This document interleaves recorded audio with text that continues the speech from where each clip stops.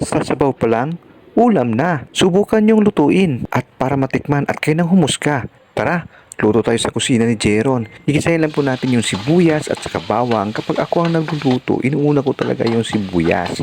At kapag natusta na, ilagay na po natin yung loya. Imekos-mekos natin at hintayin lang po natin na maluto yung luya.